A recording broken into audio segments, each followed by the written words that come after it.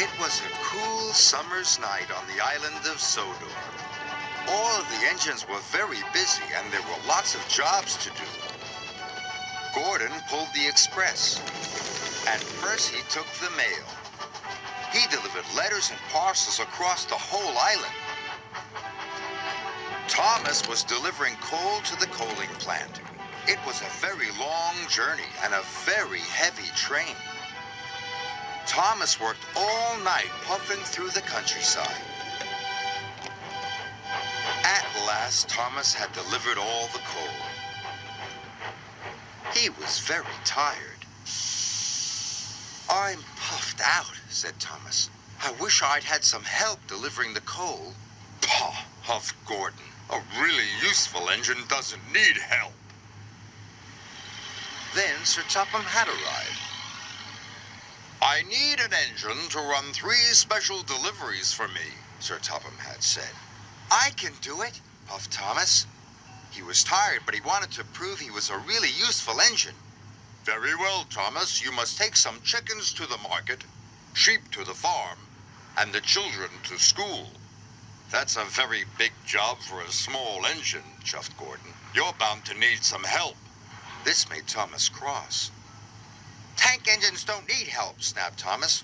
"We're really useful." And he puffed away. "Chickens to market, sheep to the farm, and children to school," Thomas puffed.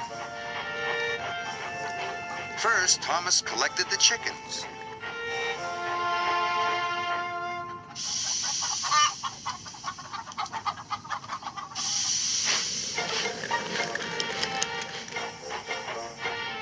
Next, Thomas puffed into the valley. All the sheep were waiting for him. "Come on," Thomas panted to the sheep. "I'll take you to the farm."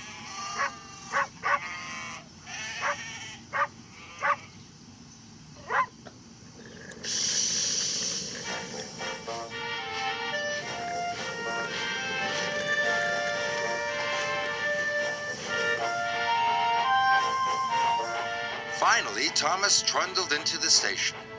He was very tired.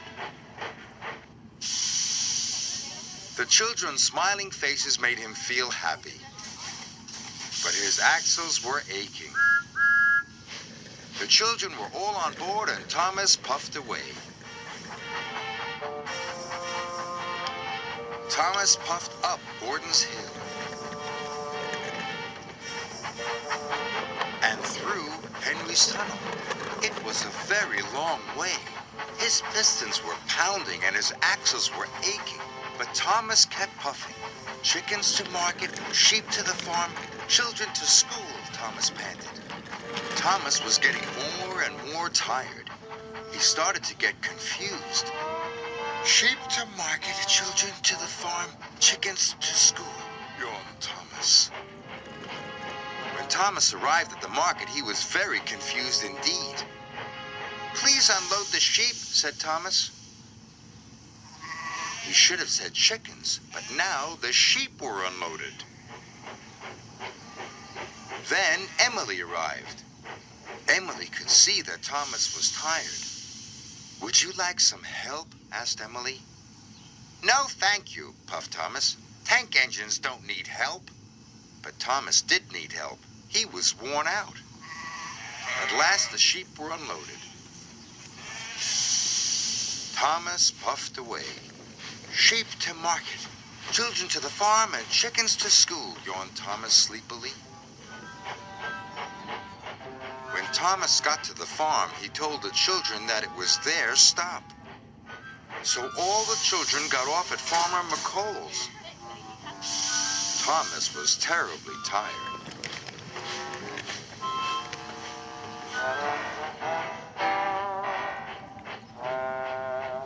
Finally, Thomas arrived at the school. Only the chickens were left. So the chickens were unloaded.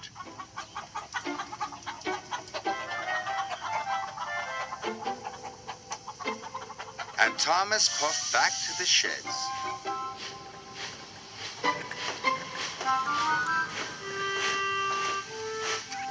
Sir Topham Hatt was in his office. He was getting lots of phone calls. The sheep had knocked over lots of market stalls. The children had seen all the farm animals, and the classroom was full of chickens. At last, Thomas puffed into Tidmouth's sheds. He was looking forward to a nice, long sleep. Then Sir Topham Hatt arrived. "Thomas, you have caused confusion and delay," he said. Sir Topham Hatt told Thomas what had happened. Thomas was upset. He was very tired, and now he had to go and do his jobs all over again. "Don't worry," Sir Topham Hatt said. "All you need is some help." "Gordon said a really useful engine never needs help," moaned Thomas. "Ha!" laughed Edward. "I'm always helping Gordon up the hill." Gordon was very embarrassed. "Percy and Edward, you ought to help Thomas," Sir Topham Hatt said. So Thomas puffed away with his friends.